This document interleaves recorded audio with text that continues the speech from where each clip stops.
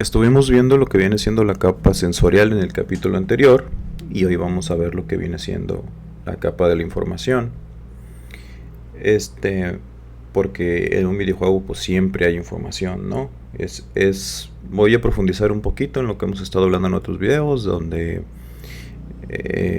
toco el tema de que hay retroalimentación, información y que con base en eso tú estás tomando decisiones cada vez que el juego se actualiza o a cada momento del juego, ¿no? Lo que viene siendo el gameplay. Pero aquí hay una pregunta. ¿Cuál es la suposición que a menudo nos hacemos sobre la capa sensorial de un videojuego? Y la respuesta es que los jugadores saben lo que están viendo, ¿no? Pero existe una diferencia entre ver y comprender. Lo que nos lleva a la capa de información, que es la que se trata este video. Y, y dentro del campo de la información, de la ciencia de la información, el modelo de trabajo para cómo las personas dan sentido a las cosas se llama DIKW, por sus siglas en inglés. La primera letra es de data, la segunda es de information, la tercera es de knowledge y la cuarta es de wisdom. Entonces sería algo así traducido al español, sería como datos, información, conocimiento y sabiduría. ¿Por qué? Porque las personas primero captan datos y a partir de esos datos construyen información, lo que luego conduce al conocimiento. Y ese conocimiento pues lo ponemos en práctica, ¿no? Casi todos. Y eventualmente pues ese conocimiento se va transformando en lo que viene siendo sabiduría. Entonces digamos que esos 4 puntos son los que intervienen en esta capa de la información. Ahorita voy a explicar un poquito más sobre eso. Entonces, para convertir los datos en información, pues primero debemos entender cómo nos enfocamos en los bits que son relevantes, ¿no? En esos puntos más bien de información que le aplicamos a nuestra atención.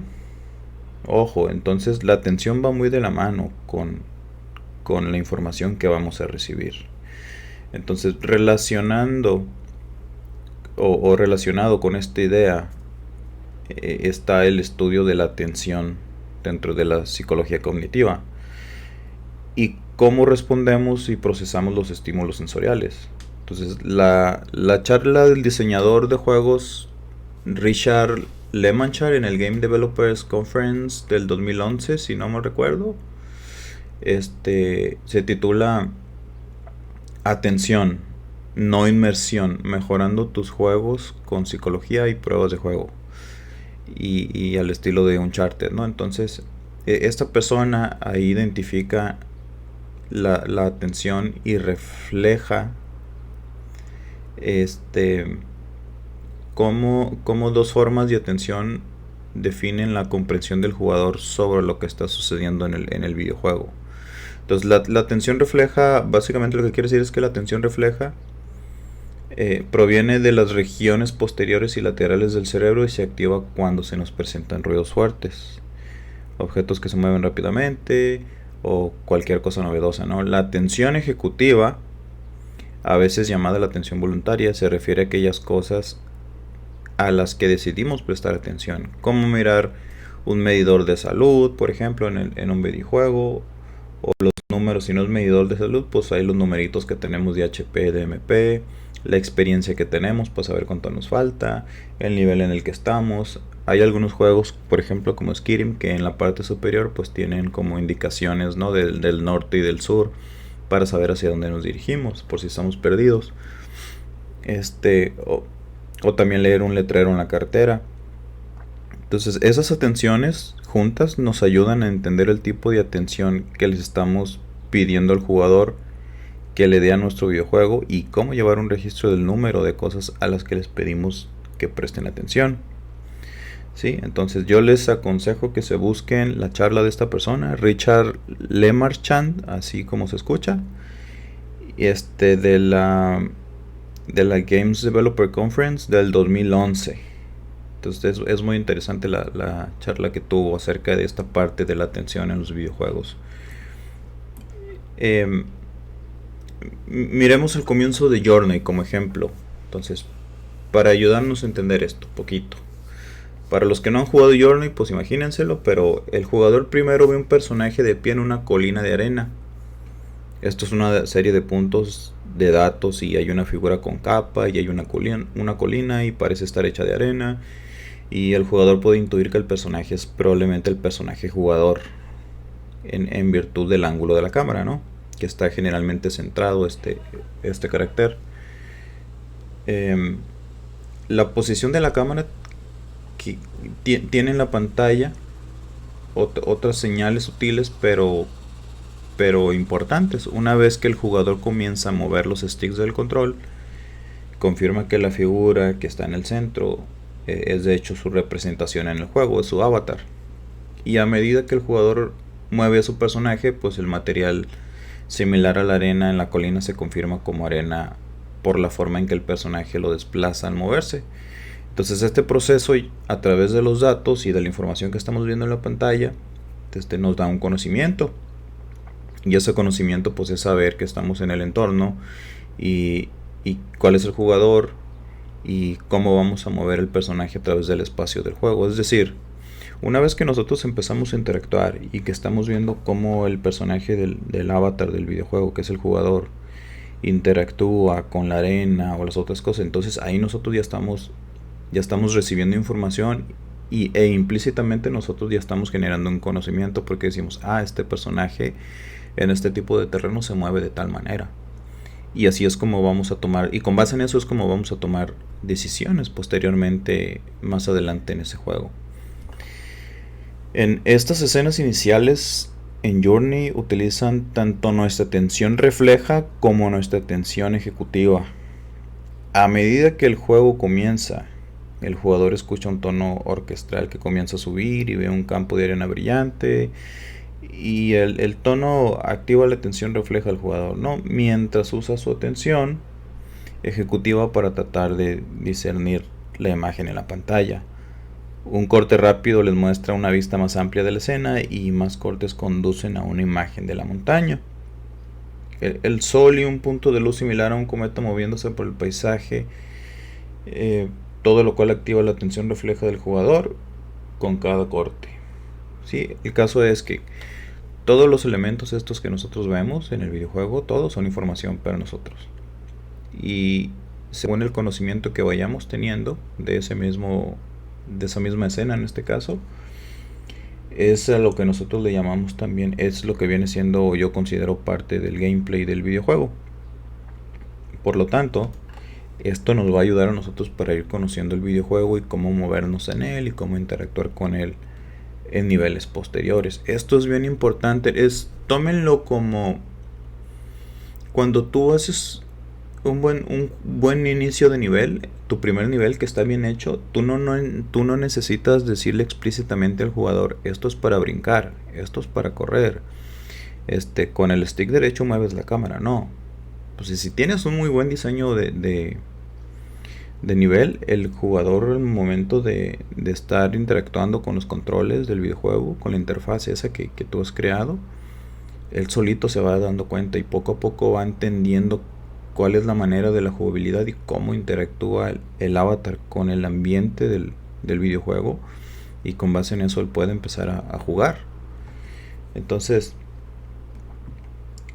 digamos que el jugador podría ir en cualquier dirección que quisiera, pero se le da una pista a la dirección hacia que debe de comenzar a moverse, ¿no? Que en este caso es a la montaña visible en el horizonte. Pero no te están diciendo explícitamente, hey, dirígete hacia la montaña, allá es tu objetivo final. Eso no se dice, pero está programado de tal manera que tú lo puedes intuir como jugador. Entonces, eso te ayuda también porque cada jugador pues va a saber cómo orientarse, sabe que tiene que ir hacia la montaña, ¿no? Porque se la estás poniendo ahí, y si hay, no sé, algún brillito que esté como resaltando cada rato, si el jugador no sabe, va a decir, ay, ¿qué será aquello? ¿Por qué brillará eso? ¿No? Entonces ahí le estás dando como poco a poco datos para que él mismo vaya juntando esa información y posteriormente vaya teniendo conocimiento de lo que tiene que hacer.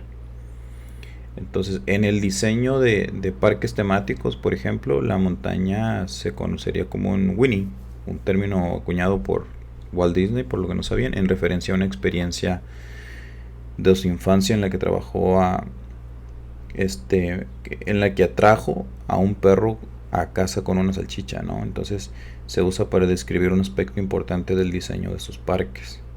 Este es un término que yo no conocía, pero se me hizo interesante porque a veces también nosotros siempre estamos nada más leemos los términos que son para videojuegos y tal vez nosotros si entendemos bien y leemos bien de otras cosas podemos aplicar un montón de términos de psicología o en este caso el ejemplo del parque temático también a los videojuegos. Los diseñadores de Journey y muchos otros juegos en 3D usan Winnies para dar a los jugadores un punto de referencia visual. Entonces, tengan en cuenta esto a la hora de que ustedes vayan a hacer sus videojuegos. Recuerden que la primera impresión de tu videojuego es la que más se queda grabada en la mente de los jugadores. Parte integral de transformar lo que los jugadores ven, oyen y sienten en un videojuego es dar sentido a lo que se ve, a lo que se oye y lo que se siente. Es decir, las preguntas a formular sobre cómo los videojugadores convertirán todos estos datos en información y conocimiento incluyen como cada objeto del juego es visto por el jugador o algunos objetos están ocultos. Imagínate, vas a hacer tu primer nivel y debes de ponerte a pensar, o sea, cada objeto del juego es visto por el jugador o algunos están ocultos. Si tu juego es como de acertijos o de cosas que él después con otra habilidad pueda volver a rejugar ese nivel e irse por otro lado, pues ahí te sirve esa pregunta, ¿no? Otra pregunta puede ser, ¿la información es fácil de acceder, intencionalmente vaga o requiere mucha interpretación? O cuánta información puede asimilar los jugadores durante el juego. Eso es bien importante, ahorita vamos a ver ejemplos de eso. ¿En cuántas cosas le estamos pidiendo a los jugadores que se concentren? Y estamos proporcionando las pistas para que los jugadores sepan qué información es relevante. Entonces todas estas preguntas se relacionan con el espacio de información de un videojuego y los posibles significados que un jugador puede derivar de un juego dado, ¿no? Entonces vamos a poner un ejemplo sencillo para entenderlos todos y es el clásico ajedrez. En el ajedrez los jugadores pueden ver cada elemento del juego. Las piezas en el tablero, su posición, las piezas que han sido capturadas, las piezas del oponente, las tuyas, en qué estado se encuentra la partida. Y todo esto es información. Todo esto es la información completa del juego. Nada está oculto. Excepto, obviamente, los pensamientos del otro jugador, ¿no? En el ajedrez, ya que es estratégico, los jugadores intentan imaginar lo que su oponente podría hacer en el siguiente turno. Y a medida que el jugador examina el tablero de ajedrez, asimila la posición de las piezas de ambos jugadores y piensa ahora sí en sus estrategias a corto y largo plazo para ganar. Básicamente esa es toda la premisa del ajedrez, pero tengan en cuenta aquí que toda la información se ve. O sea, tú estás viendo toda la información del estado del juego en el ajedrez, tanto de tus piezas como en las del otro jugador. Lo único que tú no puedes ver, obviamente, pues es lo que está pensando la otra persona. Entonces, eso es mucha información para considerar una sola decisión. Porque recuerden que el ajedrez tiene muchas jugadas y muchas posiciones y tú nada más puedes hacer un movimiento pues en el siguiente turno. Entonces de las chorrocientas mil jugadas que puedes hacer en el ajedrez, pues es tu turno y nomás puedes mover una pieza. O hacer una estrategia o algo así, ¿no? Pero el chiste es...